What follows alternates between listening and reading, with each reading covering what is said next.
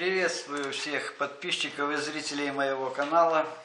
Сегодня поговорим о фрезах, которые есть у меня по обычаю нашей сложившейся тусовки. Я расскажу немножко, как ими пользоваться. Но начнем, скажем, прямая фальцевая фреза. Сразу хочу сказать, что она без надобности начинающим столярам, но, однако, в зависимости от того, какие фрезы у вас имеются для изготовления филенчатых изделий, или какие фрезы у вас есть еще дополнительно комбинированные.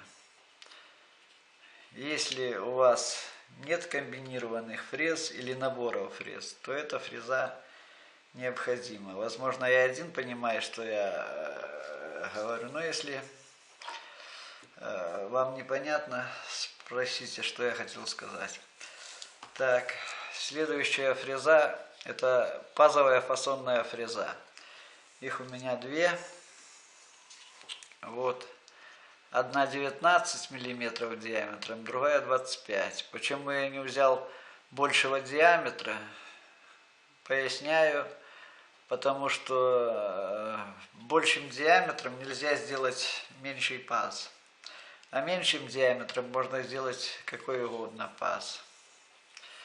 Они разного профиля. Вот какой профиль. Я ими изготавливаю ложные филенки, но и в других целях, если нужно профрезеровать штапик, ну, что-то такое. По ходу дела все станет понятно, по ходу работы. Кромочная фасонная фреза служит для обработки фигурной кромок с лекалом или по упору.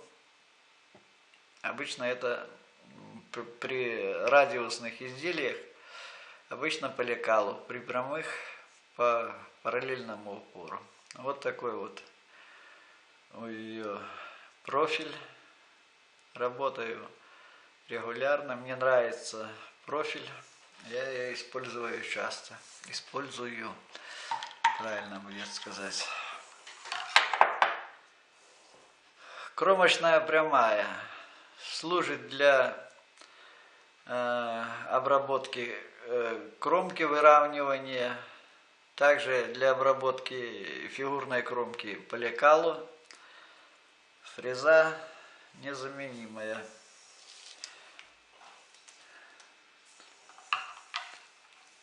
Так, следующее. Кромочная фасонная. Так же, как и предыдущая, только большего диаметра и с большим скосом. Часто использую. Почему я говорю использую? Часто использую. Мне нравится также ее профиль и качество.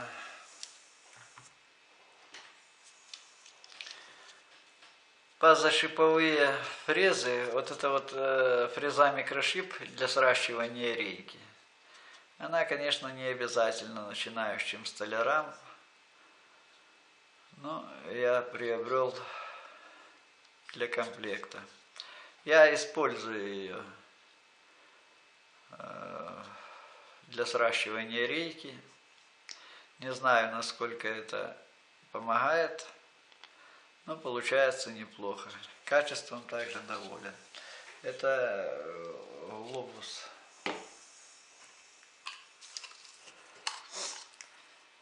Сверло Фостнера.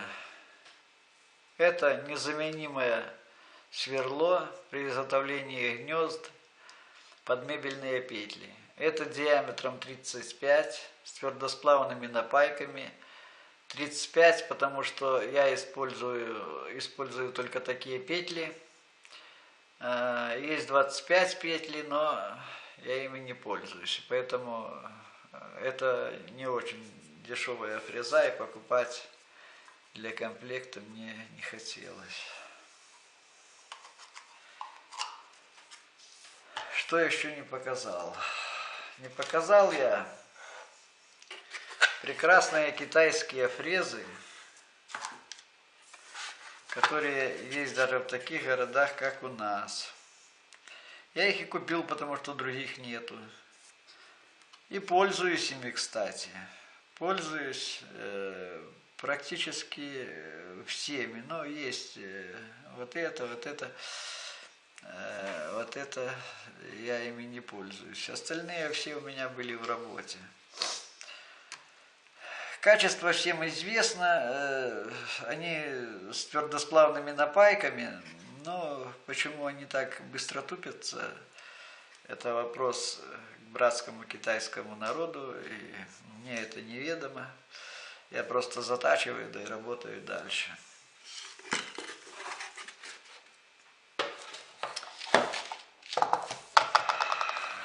Это набор для изготовления филенчатых изделий. Это анкоровские фрезы.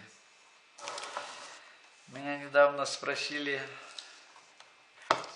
как устанавливать двустороннюю фигурейную фрезу. Ничего в этом секретного и сложного нет. Низ верхней фрезы, вот низ верхней фрезы ложится на верх филенки, и вся установка. Если вы хотите сделать филенку ровно заподлицо с рамкой в задней части, утапливаете эту фрезу на нужную вам глубину из расчета толщины задней части рамки после паза. И весь расчет.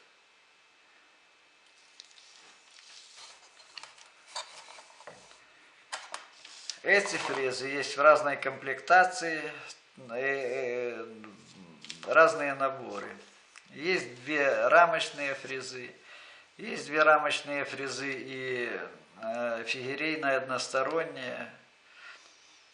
Есть по одной рамочной фрезе в наборе, которым можно изготовить рамку, переставляя фрезы местами, переставляя подшипник, соответственно, схемы.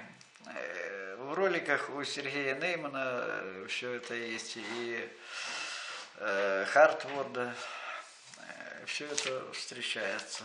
Там подробно все рассказано. Ну вот, кажется, все мои фрезы. Все, что хотел, а может не все, но пишите. Если кому-то что-то интересно стало, пишите, я отвечу. Подписывайтесь, пишите, ставьте лайки, дизлайки. На этом пока. При радиусных изделиях обычно по лекалу, при прямых по параллельному упору. Вот такой вот у ее профиль. Работаю регулярно, мне нравится профиль. Я ее использую часто. Использую, правильно будет сказать. Кромочная прямая служит для обработки кромки, выравнивания, также для обработки фигурной кромки по лекалу. Фреза незаменимая.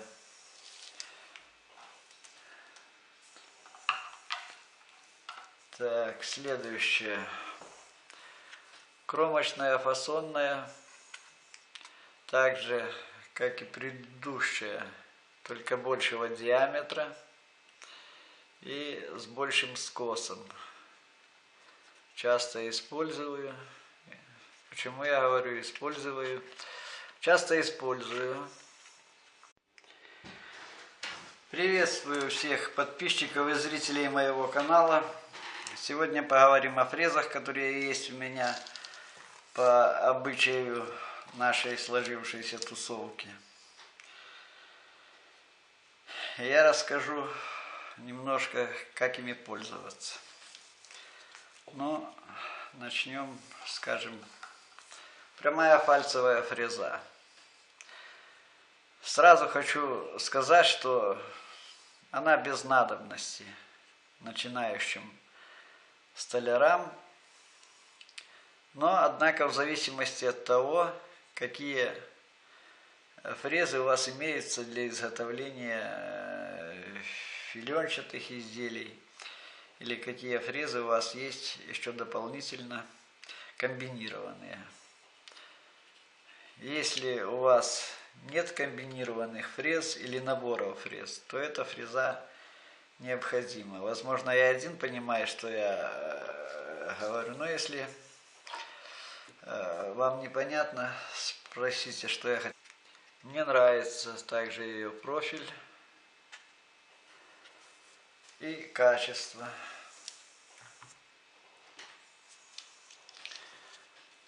Позашиповые фрезы, вот это вот фреза микрошип для сращивания рейки, она, конечно, не обязательно начинающим столярам, но я приобрел для комплекта. Я использую ее для сращивания рейки. Не знаю, насколько это помогает, но получается неплохо. Качеством также доволен. Это глобус.